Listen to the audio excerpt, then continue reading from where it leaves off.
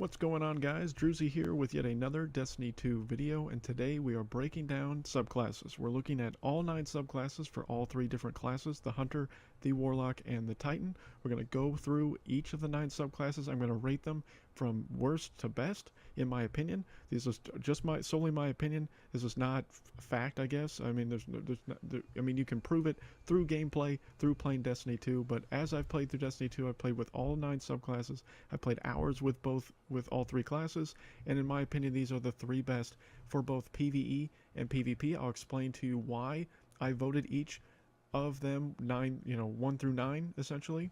And again, this is a matter of my opinion, but let me know in the comment section down below if you agree or disagree with the selections that I'm making. We're going to go ahead and start with number 9, and that is Dawnblade for the Warlock. And a lot of people really like the Warlock. It's a favorite class for a lot of people, but I chose the Dawnblade as the worst one for a couple of different reasons. As you can see, I haven't even upgraded the class hardly at all because I just don't like the Warlock that much, and I don't like Dawnblade hardly at all. It's not as devastating in PvP as a lot of people thought it was going to be. People have said it's similar to Golden Gun. No, I'm going to argue with you on that one. And it doesn't have the dominance that it had in PvE in previous Destiny 1, where you had the self-revive capability. That has been completely taken away now. So now what's the fucking point? Like, what's the point of having Dawnblade if you can't self-revive? You know, I don't really know. I'm not really going to talk about this class that much. I mean, I don't have any upgrade points in it. I don't think it's great. I mean, you can fly around and throw grenades while gliding and fire weapons. What's that going to do for you? Especially in PvE, you're just going to die a whole bunch. Airborne kills recharge your super faster, activate midair to dodge. I don't even know if I really want to talk about this anymore. So, Dawnblade's number 9. I'm just going to go ahead and move on to number 8.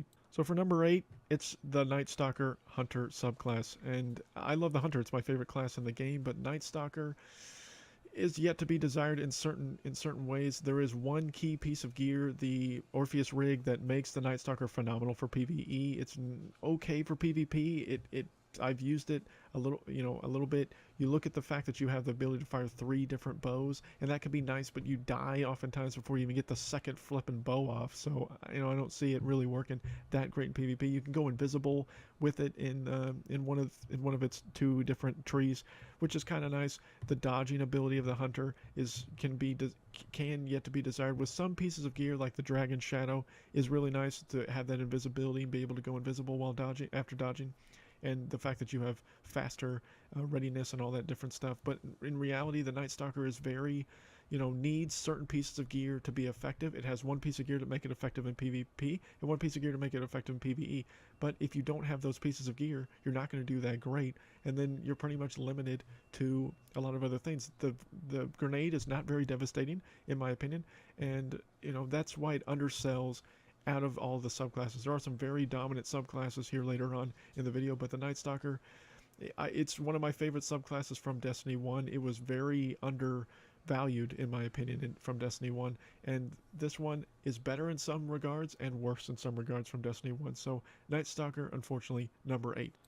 Number 7 is the Sunbreaker Titan. So, the Titan is very strong in some regards, but very weak with the Sunbreakers, in my opinion. Sunbreakers was so much fun in Destiny 1. It was just so cool to get after the Taken King expansion, because people wanted to be able to throw Thor's fire hammers all over the dang place. And you were able to do that with Sunbreakers, but, without certain pieces of gear, yet again, Sunbreakers is undervalued. The fact that it is really, really good with a chest piece that the Titan has, to be able to throw your grenades almost at rapid fire succession and do devastating amounts of damage. But outside of that, there's really not a whole lot to like about this class. It doesn't have a lot of great armor pieces and gear to really work well. I've seen it used in PvE and PvP. Mostly it's used in PvP over PvE, because there's some way better classes for PvE for the Titan above the Sunbreaker. It's the worst of the Titan subclasses for sure, but it has more value in PvP than the Night Stalker and Dawnblade, in my opinion. That's why it got bumped up. But in PvE, it can be used. It's been used, but you don't see it hardly at all, except maybe if you're just screwing around in regular strikes. But if you're in a Nightfall strike or if you're in the raid, you will not see anyone use the Sunbreaker. Let's just be realistic. Unless the Nightfall has the ability to get your abilities back very, very quickly, and then you'll see a Sunbreaker Titan used. But outside of that, pretty much useless in my opinion. So that's why it's number 7. For number 6, the Sentinel Titan, and a lot of people were really excited about the Sentinel Titan before Destiny 2 launched because you got to showcase the fact that you could throw your shield around. You could throw your shield. I mean, how flippin' cool is that? You're Captain America now. Similar to how people were so amped about the fire hammers to be, throwing fire Thor basically. But now this one got undersold in my opinion. The fact that you need a piece of arms so that you can even throw your shield more than one time is kind of dumb in my opinion, and outside of that doesn't have really any other gear that can really help the Sentinel right now. Maybe in future expansions it'll get better, but the Sentinel subclass is yet to be desired. People thought, oh, Word of Dawn was so overwhelming in Destiny 1, and it's not the same. It's not quite as devastating to me in Destiny 2. It is pretty much the same functionality. It has very good survivability and assistance in PvE, but you never see it. Everyone's using the Striker Titan because it's so much better. But the Sentinel, it's really fun. When you use the arms, I've seen it started to be used a little bit more just because it's fun to throw the shield around if you have the right arm, I think it's the right arm pieces for the Sentinel. And I'm losing my train of thought. I don't really remember what those arms are called, but it can be a fun class. But it could be better. So that's why it falls to number 6. So this subclass might be argued the most out of all the subclass rankings, and the Arcstrider Hunter goes to number 6. And the reason why the Arcstrider Hunter goes to number 6 is because it's the best way to clear mobs of adds in PvE in the raid, especially on prestige mode. It's been used by a lot of people that play the Hunter class to be able to kill mobs inside the area where Callus is. So that's why it gets bumped up, because in PvE it's devastating at wiping out adds. It's not great in single target as far as killing a major boss or anything like that, and it can be used well in PvP as well as it can in PvE. A lot of people not a huge fan of the Arcstrider. I don't like the Arcstrider's reliability in PvP because of the fact that if you're just jumping around, it's really hard to lock on and hit with it. But it's still it can be a fun class. It's a very, very underwhelming class in PvE. So I think the Arcstrider deserve to be higher up on the list than some of these other classes because it didn't underperform as much as some of the other ones did based on what we thought going into the game. So Arcstrider gets a nod from me, gets bumped up to number 6, but this one is going to be heavily debated. I think that a lot of people really don't like this class a lot for the Hunter. It's growing more on me than it was before, but because it has one of the Hawks and Flocks, which is a really good chess piece to make this last longer and give you increased survivability. It has some really good pieces to really make this class shine, so that's why the Arcstrider gets bumped up to number 6. Number 4, the Gunslinger Hunter. So the Hunter finishes off as in the top 5, with 5 and 4 here going strong. The Gunslinger is as good as it was in Destiny 1. It's great. It's good. It's not phenomenally great, but it has some really nice pieces to it to make it a really nice class. The Way of the Sharpshooter with Line 'em Up allows you to get some of arguably the most orbs you can get out of any Hunter subclass. It can just do devastating amount of damage to elite enemies, so it's really, really nice. It also has the ability, you have a throwing knife that you can throw and light people on fire. The 6-shooter was not as overwhelming as people thought it was going to be. The fact that you fire the golden gun very quickly in rapid fire was underwhelming. Deadshot is really nice, improves your ability to hit with golden gun. It's used a lot in PvP more so than PvE. I use it in PvP only when I'm doing the Nightfall or doing the raid, when I have, of course, the Celestial Nighthawk. Because with the Celestial Nighthawk do that 6 times more damage, of course you need to not use Outlaw, you need to use Way of the Sharpshooter. You can do a devastating amount of damage, you'll be able to crit, you'll be able to do a ton of damage to any elite enemy that you're facing. But without that piece of gear, this class really undersells in PvE, but it still is very good in PvP as far as being able to hit multiple enemies. I find that I get more double and triple kills in PvP with the Gunslinger than I do with almost any other class or any other subclass. That's why it made it to number 4. For number 3, we have the Stormcaller Warlock. And the Warlock, because of one major thing, the grenade. Pulse grenade is the best grenade in the game, hands down. There is no contest. There is no argument. If you're going to argue it, you're just being dumb.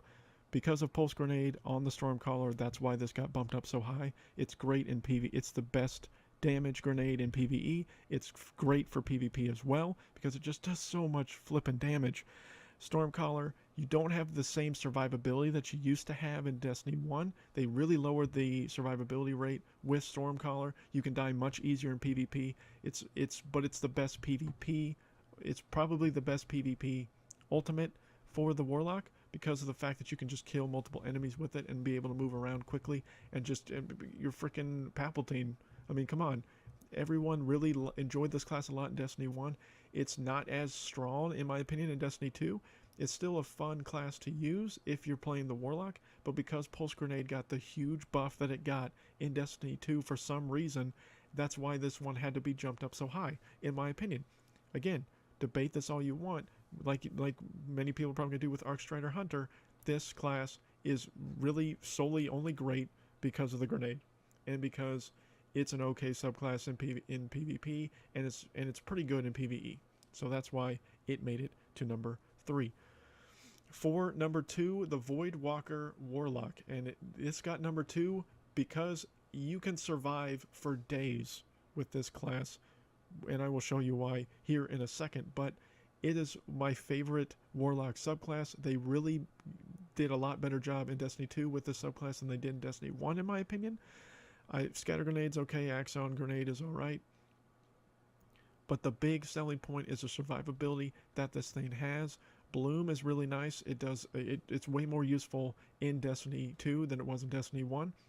The slow firing Nova is really funny, and you can get some really funny kills in PvP, and you can do okay with it in PvE, the fact that it tracks, but it's not as devastating as it was. I miss the fact that it doesn't burst into 3 separate Novas. That was really cool, that feature that it had in Destiny 1. But the Devour mixed with Feed the Void just makes you basically untouchable and makes you almost completely immune to dying, because you can literally strike an enemy to regenerate your health, and you can suck up your grenade and regenerate health as well.